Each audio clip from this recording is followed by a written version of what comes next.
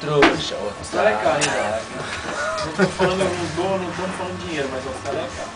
Não, tudo bem. Dinheiro não é problema, cara. Não tô falando... O que você... Boa. Qual é a sugestão pro ano que vem, cara? Quebrado?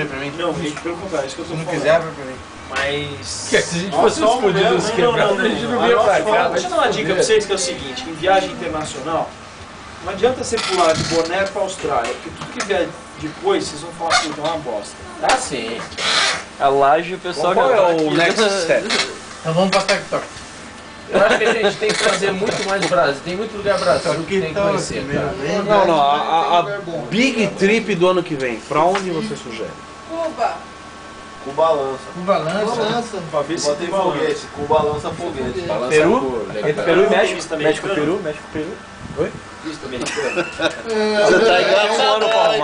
Você tá engraçadão, hein, galera? Essa tá boa também. Aonde?